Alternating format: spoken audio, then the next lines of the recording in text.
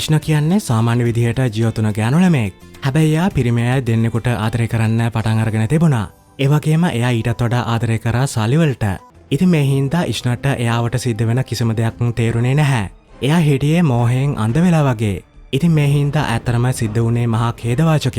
ඒ වගේම ඒ ඛේදවාචකයට මුහුණ දෙන්න සිද්ධ වුණේ ඉෂ්ණට විතරක් නෙමෙයි. කොහොමනත් මේ මූවි එකේ හැම දර්ශනයක්ම වගේ රූගත කිරීම කරලා තියෙන්නේ ලංකාවේ. ඉතින් එහෙමනම් අපි මූවි එකට ගිහින් බලමු ඇත්තරම මොකද්ද සිද්ධ වෙන්නේ කියලා.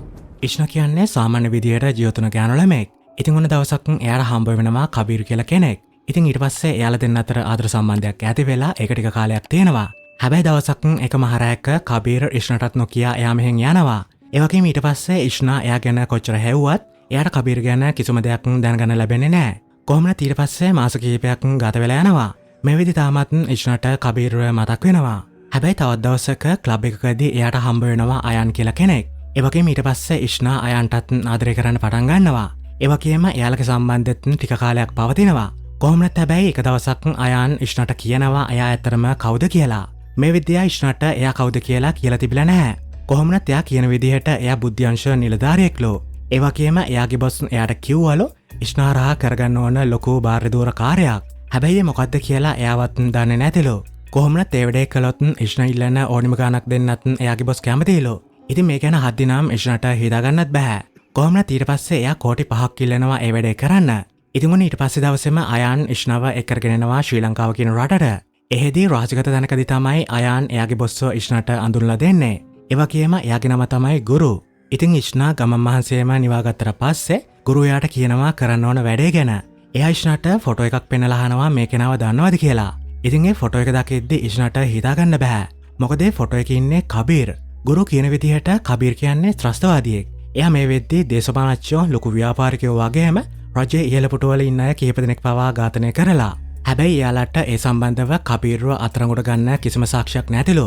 ඒ වගේම එයාගේ ලැප්ටොප් එකේ තියෙනවලු එයා වැඩ කරන ත්‍රස්තවාදී සංවිධානය ගැන තොරතුරු ගොඩාක්. ඉතින් ගුරු කියන විදිහට ඉෂ්ණට කරන්න තියෙන්නේ කබීර්ව හම්බෙන්න ගිහින් ඒ තොරතුරු ටික අරගෙන එන එක විතරයි. ඉෂ්ණයි කබීරුයි අතර සම්බන්ධයක් කලින් තිබුණා කියලා අයන් හරහා තමයි ගුරු දැනගෙන ඉඳලා තියෙන්නේ. ඉතින් ඒ හින්දාලෝ එයාට ඉෂ්ණව ඕන කරන්නේ කබීර්ගෙන් ඒ තොරතුරු ටික ගන්න. මොකද එයාලා ඒකට වෙන කෙනෙක් දාලා ඒවා හොරකම් කරන්න හැදුවොත් කබීර් ඒවා විනාශ කරලා පැනලා යාවි කියලා එයාලා හිතනවා. ඒ වගේම කබීර් ළඟ ඉන්නවා ලක්ෂ්මන් කියලා එයාගේ ආරක්ෂකයෙක්. ඒ වගේම යාළුවෝ කබීර්ගේ හොඳම යාළුවා. ඉතින් ගුරු ඉෂ්ණට කියනවා එයා තාමත් කබීරට ආදරේ වගේ රඟපාලා කොහොම හරි ඒ තොරතුරු ටික අරගන්න කියලා. ඒ වගේම එයා එහෙම කළොත් එයාට එයා ඉල්ලපු කෝටි 5 ලැබෙනවා වගේම ඒක මේ රට කරන ලොකු සේවයක් වෙනවලු.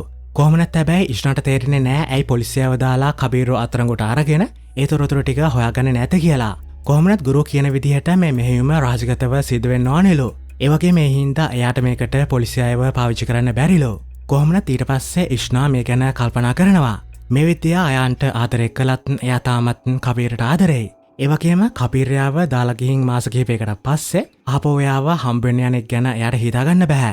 කොහොමද අයන් ඉෂ්ණට කියනවා ඔයා ගිහින් එයාට ආදරේ වගේ රඟපාලා කොහොම හරි තොරතුරු ටික ගන්න. එතකොට හැමදේම හරි කියලා.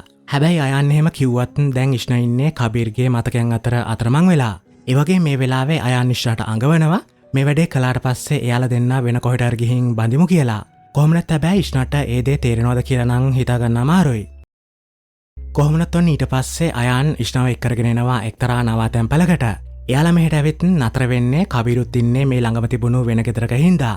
අයන් කියන විදිහට එයා ආල්වි කරන නිලධාරියෙක්. ඉෂ්ණ තමයි එයාගේ ගර්ල්ෆ්‍රෙන්ඩ්. ඒ වගේම එයාලා මෙහෙට ආවේ බිස්නස් වැඩවලට. අයන් එයාට කියනවා කවුරු හරි යවුවොත් ඒ විදිහට කියන්න කියලා. ඒ වගේම බැරි වෙලාවත් කබීර් ඇහුවොත් ඉෂ්ණගේ එයාගේ අතර තියෙන සම්බන්ධය ගැන එයාට මේ කතාව පාඩම් කරගන්න කියලා එයා ඉෂ්ණට පොතක් දෙනවා. ඒ පොතේ පිටු කිහිපයක් ගැන කියලා එයා කියනවා ඒ ටික හොඳට පාඩම් කරගන්න ඊට පස්සේ කබීර් ඇහුවොත් ඒ කතාවේ තියෙන ඒවට එයාලගේ නම් දාලා කියන්න කියලා. ඇත්තටම අයන් කියන විදිහට දැන් ඉෂ්ණට කරන්න තියෙන්නේ ලොකු රංගපෑමක්. කොහොමද ඊට පස්සේ ඉෂ්ණ කෙලින්ම යනවා කබීර්ගේ ගෙදරට. එයා ගිහින් ආල පහල ගෙවල් වල ඉන්න අයට කතා කරන්න ආව වගේ රංගපෑමක් කරලා කබීර් දොර ඇරියාම එයා එකපාරම පුදුම වෙනවා වගේ කරලා පෙන්නනවා. ඉතින් උන්න මේ වෙලාවේ ඉෂ්ණව දැක්කම කබීරුත් පුදුම වෙනවා. හැබැයි එයා එක්කම වගේ ආපහු දොර වහලා දානවා. ඉතින් ඊට පස්සේ ඉෂ්ණ ගිහින් අයන්ට මේ ගැන කිව්වම අයන් නම් එයාට කියන්නේ තව ටික දවසක් ඉන්න එතකොට කබීරව අල්ලගන්න මොකක් හරි පොටක් පෑදෙවි කියලා. හැබැයි ඉෂ්ණ එකට එයාට කියනවා ඔයා හෙට උදේම කොහේ හරි යන වගේ පේන්න මෙහෙන් කොහෙට හරි යන්න මං කොහොම හරි කබීර්ට ලං වෙන්න try කරන්නම් කියලා. ඉතින් ඔන්න යනුව පස්සේ දවස් උදේම අයන් කොහෙට හරි යනවා වගේ පේන රඟපානවා. ඒ වගේම මේ වෙලාවේ එයා කෑ ගහලා වගේ ඉෂ්නට සමුදුන්න හින්දා කබීරටත් ඒක ඇහෙනවා. ඒ වගේම ඊට පස්සේ එයා ජනෙලකින් දකිනවා අයන් කොහෙට හරි යන්න ලෑස්ති වෙන හැටි. කොහොමනත් හැබැයි අයන් ගියාට පස්සේ කබීර් එයාගේ ගෙදරින් එළියට එනවා. මේ වෙලාවේ ඉෂ්න හිටියේ එයාට ගොඩක්ම ළඟහරියකින්. කොහොමනත් කබීරෝ දැක්ක ඉෂ්න කරන්නේ එකපාරම එයාට බිම තිබිලා ගත්ත ගලකින් ගහන එක. ඒ වගේම ඒ පාර වැදුන කබීර්ගේ ඔළුවෙන් ලේ ගලන්න පටන් ගත්තත් ඉෂ්න කරන්නේ එයාව ගණන් ගන්නේ නැතුව වගේ එයාගේ ගෙදරට යන එක. කොහොමනත් එයාගේ පස්සෙම ආව කබීර් එයාගේ ඔළුවෙන් ගලන ලේ වලින් එයා එතන තිබුණු වීදුරුවක ලියනවා එයාට සමා වෙන්න කියලා. හැබැයි ඔන්න එතකොටම එයාට ආව කෝල් එකක් හින්දා එයා කරන්නේ ඉෂ්න දිහාවත් නොබලා මෙතනින් යන එක.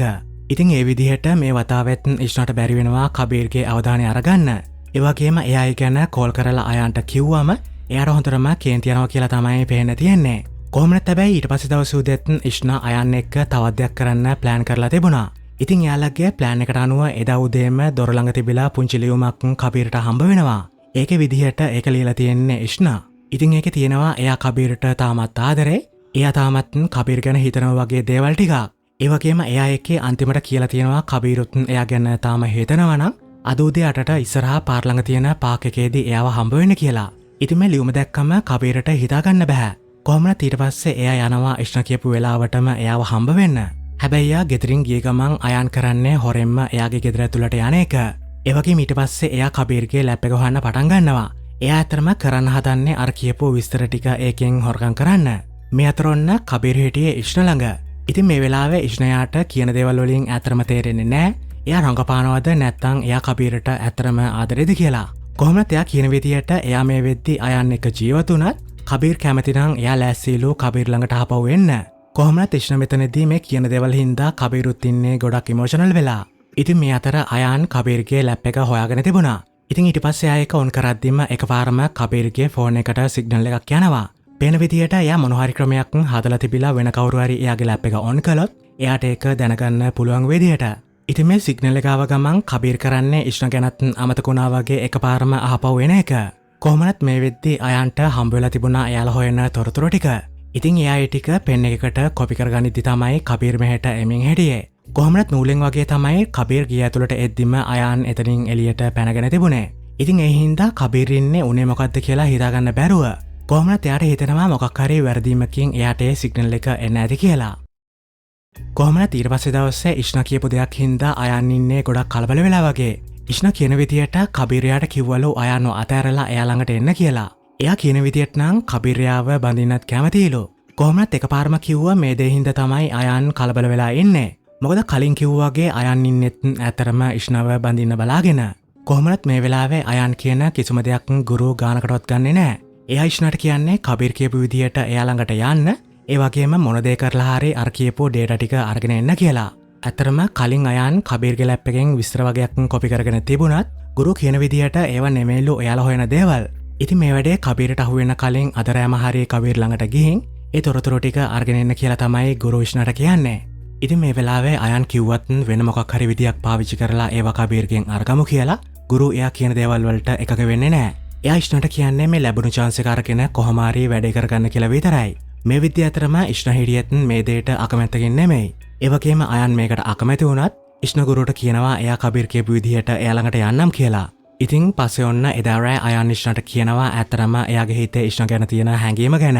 ඒ වගේම එයා ඉෂ්නව බඳින්න සිහින දකිනෙක් ගැනත්. ඉතින් අයන් මේ කියන දේවල් හින්දා ඉෂ්නට එයා ගැන අනුකම්පාවක් ඇති වුණත් එයා කියනවා මේ මෙහෙයුම සම්පූර්ණ කරන එක තමයි හැම දෙයකටම වඩා වැදගත් වෙන්නේ කියලා. ඒ වගේම එයා තව කියනවා එයා කබීරුව අතේ දුරින් ආශ්‍රය කරන්නම්. ඒ වගේම තොරතුරු ටික ගත්ත ගමන් මේ මෙහෙම ඉවරයි ඊට පස්සේ එයා අයන් ළඟට එන්නම් කියලා. කොහොමනත් ඉතින් ඉෂ්න මේ කියන දේමද එයාගේ හිතේ තියෙන කියලා දන්නේ එයා විතරමයි. හැබැයි මේ අතර ලක්ෂ්මණ හිටියේ ඉෂ්නා කබීර් ළඟට එන එකට කැමැත්තකින් නෙමෙයි. ඒ වගේම එයා කබීරට අනුතුරු අඟවනවා ඉෂ්න කියන්නේ ඔත්තුකාරියක් වෙන්න බැරි නෑ කියලා. කොහොමනත් ඉතින් කාලයක් තිස්සේ ආශ්‍රය කරපු කෙල්ලව අහපව් ලැබෙනවා කියලා හිතමින් කබීර් ඉන්නේ සතුටකින් වගේ. ඉතින් ඒ හින්දා එයා ලක්ෂ්මන් කියන දේවල් ගැන හිතන්නේ නැහැ. ලක්ෂ්මන් ඇත්තරම අද තමයි මේ ඉෂ්න ගැන දැනගෙන තියෙන්නේ. එයා දවස් කිහිපයක වැඩකට ඈතකට ගිහින් අදාවට පස්සේ තමයි කබීරේ ගැන එයාට කිව්වේ. කොහොමනත් ටික වෙලාවක් යද්දිම ඉෂ්නා බෑග් එහෙමත් අරගෙන නතර වෙන්නම මෙහෙට ආව හින්දා ලක්ෂ්මන්ට අකමැත්තෙන් වුණත් ඒ දෙයට එකඟ වෙන්න වෙනවා. මේ අතර ඔන්න අයන් හිටියේ එයාගේ ප්‍රධානියා ගුරු ළඟ. අයන් ඉන්නේ අතරම ගුරු ගැන ලොකු කැන්තියකින්. මොකද එයා හිතනවා එයා කියපු නිසා තමයි ඉෂ්නා කබීර් ළඟට ගියේ කියලා.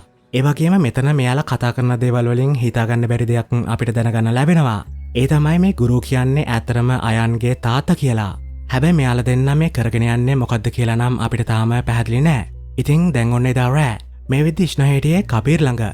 කබීර් නම් ඇත්තටම හිතාගෙන ඉන්නේ ඉෂ්නායාට ඇත්තටම ආදරය කරනවා කියලා. හැබැයි ඒක ඇත්තද නැත්තද කියලා දන්නේ ඉෂ්නා විතරමයි. ඉතින් ඊට පස්සේ එදා රෑ මෙයාලා දෙන්න අතර ශාරීරික සම්බන්ධයක් සිද්ධ වෙනවා. හැබැයි එදා පාන්දර වගේ වෙද්දි අයන් කලින් එයා ඉෂ්නාත් එක්ක හිටිය ගෙදරට එද්දි එකපාරම හැංගිලා හිටිය ලක්ෂ්මන් එයාව අල්ල ගන්නවා. ඒ වගේම ඊට පස්සේ අයන්ගේ ෆෝන් එක චෙක් කරපු ගමන් එයාට තේරෙනවා අයනු ඉෂ්නායි ඇත්තටම මෙහෙට ඇවිත් ඉන්නේ ඇයි කියලා. කොහොමනත් හැබැයි එයා වහුණා කියලා දැනගත්ත ගමන් අයන් කොහොම හරි උත්සාහ කරන්නේ ලක්ෂ්මන්ව මරන්න. ඉතින් ඊට පස්සේ මෙතන ෆයිට් එකක් ඇති වුණත් ඒකේ අන්තිම ප්‍රතිඵලය විදියට සිද්ධ වුණේ අයන්ගේ වෙඩිපාරකින් ලක්ෂ්මන් මරණයට පත් වුණ එක.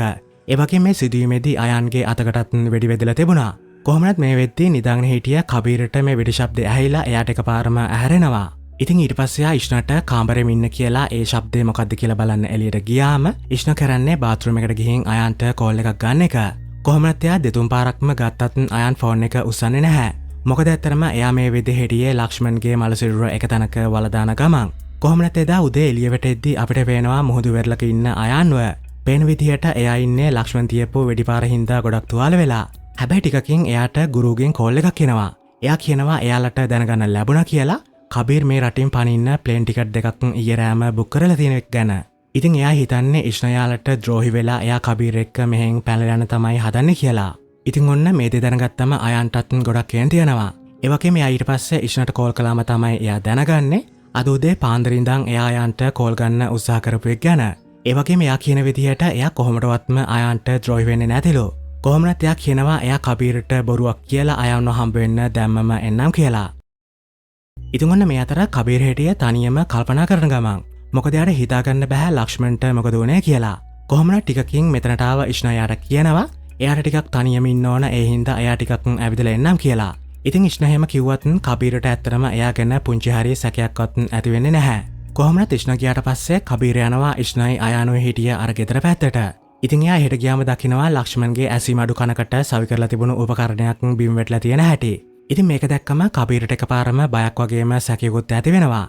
ඉතින් ඊට පස්සේ ආ ලක්ෂ්මන්ගේ නම කියලා කෑ ගැහුවත් එයාට මේ ගෙදර ඇතුලෙන් කවුරුත්ම ඉන්න පාටක් පෙනුනේ නැහැ. ඉතින් ඊට පස්සේ ආ එතන තිබුණු බෑග් එකක් අවසල බලද්දි එකපාරම එයා දකිනවා බුක්මාක් එකක් දාලා තිබුණු පොතක්. ඉතින් ඊට පස්සේ ආ නිකමට වගේ බුක්මාක් එක දාලා තිබුණු පිටුව කියවද්දි එයාට එකපාරම හැමදේම තේරුම් යනවා. කලින් ඉෂ්නා කබීරට කියලා තිබුණා එයාගේ අයන්ගේ ආදර කතාව ගැන. හැබැයි එයා කියපු කතාව හරියටම මේ පිටුවල තියෙන කතාවට සමානයි කියලා කබීරට තේරුම් යනවා. මොකද මේ පොත තමයි ඇත්තටම අයන් කලින් ඉෂ්නාට දීලා තිබුණේ. මේකේ තියෙන කතාවට එයාලගේ නම් දාලා කබීර ඇහුවොත් කියන්න කියලා. කොහොම හරි අන්තිමට මේ පොත හින්දා කබීරට හැම දෙයක්ම තේරුම් යනවා. මේ අතර ඉෂ්නා හිටියේ අයන් ළඟ. අයන් ඇත්තටම ලොකෝ කේන්තියකින් ඉන්නේ ඊයේ රෑ ඉෂ්නා කබීර එක්ක රැය ගත කළා කියලා ඉෂ්නාගෙන්ම දැනගනිද්දි. මොකද ඉෂ්නා යාට පොරොන්දු වුණා එයා එහෙම කරන්නේ නැහැ කියලා. කොහොමනත් අන්තිමට අයන් ඉෂ්නාට එක්තරා විෂ වර්ගයක් අඩංගු බොටල් එකක් දීලා කියනවා ඔයාමට ඇත්තටම ආදරේ නම් දැම්ම ගිහින් කබීරව මරලා දාන්න ඕන කියලා. ඉතින් මේ දෙහාද්දී ඉෂ්නාට කරන දේ ගැන හිතාගන්න බැරි වෙනවා. ඇත්තටම පේන විදියට එයාට කබීර් වගේම අයනුත් දෙන්නම ඕන. ඒ වගේම එයාට කබීර් ළඟ තියෙන අර තොරතුරු ටික ගුරුට දීලා එයා ඉල්ලපු රුපියල් කෝටි 5 ගන්නත් ඕන. ඉතින් ඉෂ්නා මේ දේවල් ගැන හිතා ඉද්දි අයන්ට එකපාරම කේන්ති ගිහින් එයා ලෑස්ති වෙන්නේ මෙතනින් යන්න. එයා කියනවා මේ මෙහෙයුම මෙතනින් නතර කරලා දාමු කියලා. කොහොමනත් ඒකට ඉෂ්නා කරන්නේ අර වසඩංගු බොටල් එක අයන්ගෙන් අරගෙන එයා කියනවා එයා කබීර්ව මරලා දාන්නම් කියලා. ඒ වගේම එයා අදම අර තොරතුරු ටිකත් හොයා ගන්නම් කියලා. ඉතින් ඔන්න ඊට පස්සේ කිසිම දෙයක් නොවුණු ගානට කබීර්ගේ ගෙදරට ආව ඉෂ්නා කරන්නේ ගිහින් කබීරට කෝෆි එකක් හදාගෙන එන එක. ඒ වගේම එයා එකට අර වස ටිකත් එකතු කරලා තිබුණා. මේ වෙලාවේ ඇත්තටම කබීර් ඉන්නේ හැමදේම දැනගෙන කියලා ඉෂ්නා දන්නේ නැහැ. ඉතින් ඒ හින්දා ඇත්තටම එයා මෙතනදී අහපව රංගපානවා. එයා කබීරට කොච්චර ආදරය කරනවද වගේ කතා කියමින්. කොහොමද ටිකකින් අර කෝෆි එක බොන්න වගේ හදපු කබීර් එකපාරම ඒක පොළවේ ගහනවා. ඒ වගේම එයා ඊට පස්සේ කියනවා එයා යාගේ හැම දෙයක් ගැනම කියන්නම්. එතකොට ඔයාට ඇත්ත ගැන තේරුම් යාවි කියලා. ඉතින් කබීර් කියන විදියට එයා ඝාතකයෙක්. හැබැයි එයා මරන්නේ අන්තිම දූෂිත පහත් නිලධාරියෝ. එයා කියනවා මීට කාලයකට කලින් එයාගේ සහෝදරිය අතුරුදහන් වුණා කියලා. ඒ වගේම පොලිසියටත් එයාව හොයාගන්න ලැබිලා නැහැ. හැබැයි කබීර් පස්සේ හොයාගෙන එයාව පැහැරගෙන තිබුණේ මිනිස් ජාවාරම් කාරයෝ ටිකක් කියලා. කොහොමනත් එයාට අන්තිමට හොයාගන්න ලැබිලා තියෙන්නේ සහෝදරියගේ මලසිරුර විතරයි. එයා කියනවා මේ මිනිස් ජාවාරම් පිටිපස්සේ පොලිස් ලොක්කෝ දේශපාලනඥයෝ ඒ වගේම ලොකු ව්‍යාපාරිකයොත් ඉන්නවා කියලා. ඉතින් ඇත්තටම කබීර් මරලා දාන්නේ එයා ඒවලු. එයා කරන්නේ ඒ වගේ පිළිල මේ සමාජයෙන් අයින් කරන එකලු. කබීර් කියනවා එයා ළඟ තියෙනවා කියලා මේ දේවල් වලට සම්බන්ධ සමාජ ජීවත් වෙන ප්‍රබල චරිත ගොඩක් ගැන විස්තර. ඉතින් එයා අද හොයාගත්තලු ඇත්තටම ඉෂ්ණලවා ගුරු කරන්න හදන්නේ ඒ තොරතුරු ටික හොරකම් කරගෙන ඒවා එයාලගේ සංවිධානයට ලබා දෙන කියලා. ඒ වගේම ඒ හරහා අර මිනිස් ජාවාරම් වලට සම්බන්ධයව බ්ලැක්මේල් කරන්නලු. ඉතින් කබීර් කියන විදියට ඇත්තටම ගුරු කියන්නේ බුද්ධ්‍යංශයේ නිලධාරියෙක් නෙමෙයි. එයා රහස් සංවිධානයක් වෙනුවෙන් තමයි වැඩ කරන්නේ. ඉතින් ඉෂ්ණ කොහොමාරි කබීර් ළඟ තියෙන ඒ තොරතුරු ටික ගුරුට දුන්න නම් එයා අනිවාර්යයෙන්ම ඉෂ්ණව මරලා දාවි කියලා කබීර් කියනවා. මේ වෙලාවේ කබීර් ඉෂ්ණට පෙන්නනවා එයා රහසික තැනක සංගවල තිබුණු අර තොරතුරු දාලා තියෙන උපකරණයක්. ඒ වගේම එයා ඉෂ්ණට ලියුම් කවරයක් දීලා කියනවා මේකේ තියෙනවා ඔයාට බ්‍රසීලයට පැනලා යන්න ඕන හැමදේම ඒ වගේම ඕනිම වෙලාවක සල්ලි ගන්න පුළුවන් බැංකු කාඩ් කිහිපයකුත්. ඒ හින්දා දැම්ම මෙහෙන් යන්න නැත්තම් අර අය ඔයාව මරලා දාවි කියලා. මේ වෙලාවේ කබීර් ඇත්තටම මේ දේවල් කියන්නේ අවංකවමයි කියලා අපිට පේනවා. ඒ වගේම එයා තව කියනවා එයා මේ දූෂිතයව මර්ධනය කරන මෙහෙම හිටිය හින්දා කියලා එයාට ඉෂ්ණව දාලා ඉන්න සිද්ධ වුණේ. මොකද එයා කියන විදිහට එයාගේ ජීවිතේ තියෙන්නේ ලොකු අවදානමක. ඉතින් ඉෂ්ණගේ ජීවිතෙත් අවදානමේ දාන්න අකමැති වුණ හින්දා තමයි එයා ඉෂ්ණරත් නොකියා රහසින්ම පැනලා ගිහින් තියෙන්නේ. කොහොමනත් ඊට පස්සේ සිද්ධ වෙන්නේ නම් හිතා ගන්නත් බැරි දෙයක්. කබීර් නොසිතූ වෙලාවක ඉෂ්ණ කරන්නේ කබීර්ගේ පිස්තෝලය අරගෙන එයාට වෙඩි තියන එක. පේන විදිහට එයා කබීර් කියපු කතාව විශ්වාස කරනවට වඩා අර තොරතුරු ටික ගුරුට දීලා කෝටි 5 ගන්න එක එයාට ලොකු වුණා වගේ. කොහොමනත් අන්තිමට එයා අර තොරතුරු තිබුණු උපකරණයත් අරගෙන එයා මෙතනින් පැනලා යනවා. ඒ වගේම එයා කෙලින්ම එන්නේ ගුරුව හොයාගෙන. මේ වෙලාව ඇත්තරම ඉෂ්ණ ඉන්නේ අනාඩා. ඒ වගේම එයා ගුරුටයි අයන්ටයි කියනවා එයා කබීර්ව මැරුවා කියලා. කොහොමනත් ඒ ගැන ගුරු නම් ගානකටවත් ගන්නෙ නැහැ. ඒ වගේම අයන් ඉන්නෙත් බිත්තිය මුල්ලකට වෙලා මූණ හංගගෙන වගේ. හැබැයි ඊට පස්සේ ඉෂ්ණගෙන් අර උපකරණය ගත්ත ගුරු අයන්ට කියනවා දැන් හැමදේම හරි මේ මෙහිම සාර්ථකයි. මම ඔයාට අන්තිමට කරන්න දීපු වැඩේ දැන් ඔයා කරන්න කියලා. ඉතින් මේ වෙලාවේ අයන් ඉන්නේ අමුතු පෙනුමකින්. ඒ වගේම ඉෂ්ණ ඉන්නෙත් කිසිම දෙයක් හිතාගන්න බැරුව. කොහොමනත් ගුරු ඊට පස්සේ අයන්ට කියනවා ඉෂ්ණව මරණ එක ඔයාට කරන්න බැරි නම් ඒක මමම කරන්නම් කියලා. ඉතින් ඔන්න මේ දේ හැද්දි ඉෂ්ණට මතක් වෙනවා කබීර් කියපු අර කතාව ගැන. ඒ වගේම එයාට තේරෙනවා කබීර් කියපු හැමදේම ඇත්ත කියලා. කොහොමනත් දැන් ඉෂ්ණ ඉන්නේ ගොඩක් බය වෙලා. මොකද ගුරු දැන් හදන්නේ එයාව මරන්න. හැබැයි මේ වෙලාවේ නම් එයාට ඒක කරන්න ලැබෙන්නේ නැහැ. මොකද අයන්යාගේ අතින් පිස්තෝලේ ගන්න උත්සාහ කරද්දී අන්තිමට එයාගේ අතින්ම ගුරුට මැරෙන්න සිද්ධ වෙනවා. ඒ වගේම මේ වෙලාවේ මෙයාලා දෙන්නගේ රණ්ඩු අතර වුණ කතාවලින් ඉෂ්ණට තේරුම් ගිහින් තිබුණා මේ දෙන්න ඇත්තරම තාත්තයි පුතයි කියලා. ඒ වගේම එයාලා වැඩ කරන්නේ කබීර් කියපු විදිහට රහස් සංවිධානයකට කියලා. කොහොමද අයන් ඇත්තරම තමයි ඉෂ්ණට ආදරය කළේ. ඉතින් ඒ හින්දා එයාව බේරගන්න ගිහින් තමයි මේ වෙලාවේ එයාගේ අතින් එයාගේම තාත්තට මැරෙන්න සිද්ධ වුණේ. කොහොමනත් මේ උන දේ හින්දා ඉෂ්ණ ඉන්නේ හොතරම බය වෙලා. හැබැයි අයන් එයාට කියනවා එයාලගේ සංවිධානයේ නියෝගයක් දුන්නා කියලා වැඩ ඉවරනාම ඉෂ්ණව මරලා දාන්න කියලා. හැබැයි අයන් කියන විදිහට එයාට ඕන ඉෂ්ණව බඳින්නලු. මොකද එයා ඇත්තටම ඉෂ්ණට ආදරය කරනවලු. ඉතින් එයා කියනවා එයා තොරතුරු ටික සංවිධානයට දීලා කියන්නම් කියලා එයා ඉෂ්ණව මැරුවා කියලා. ඒ වගේම ඊට පස්සේ එයාලා මෙහෙන් වෙන රටකට පැනලා යමු කියලා. කොහොමද මේ ඇත්ත ගැන දැනගත්ත හින්දා ඉෂ්ණ ඉන්නේ මැරෙන තරම් සිත් වේදනාවකින්. මොකද කබීර් තමයි ඇත්තටම වීරයා. කබීර් තමයි එයාට ඇත්තටම ආදරය කරපු කෙනා. හැබැයි ඉෂ්ණ ගුරුගේ බොරු වලට රැවටිලා කෝටි 5ක් ගන්න එක වෙනුවෙන් එයා කබීර්ව මැරුවා. ඉතින් ඒ හින්දා එයා මේ වෙලාවේ ඒ ගැන කියමින් අයන්ටත් කෑ ගහනවා. ඒ වගේම එයා ඊට පස්සේ ලෑස්ති වෙන්නේ මෙහෙන් යන්න. හැබැයි කබීර් කියන නම හැද්දි අයන්ට තවත් කේන්ති යනවා. එයා කියනවා ඒ අයගේම තාත්තව මැරුවේ ඉෂ්ණට තියෙන ආදරේ හින්දා කියලා. එයා කියන විදියට ඉෂ්ණට හිතාගන්නත් බැරිලු එයා ඉෂ්ණට කොච්චර කැමතිද කියලා.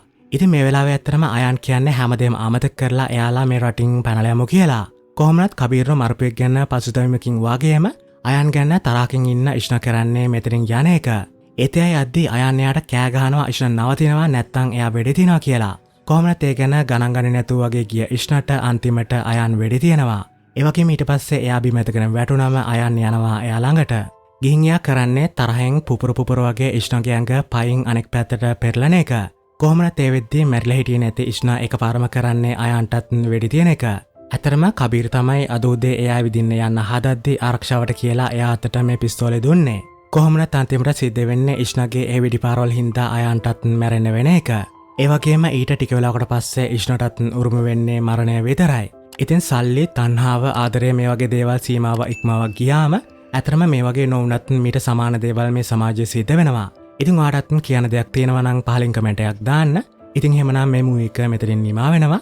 ඉතින් වීඩියෝට ලයික් එකක් දාලා තවත් මූවිස් බලන්න කැමති අය channel එක subscribe කරලා එකතු වෙන්න. අපි ඉක්මනින්ම නැවත හමු වෙමු. bye.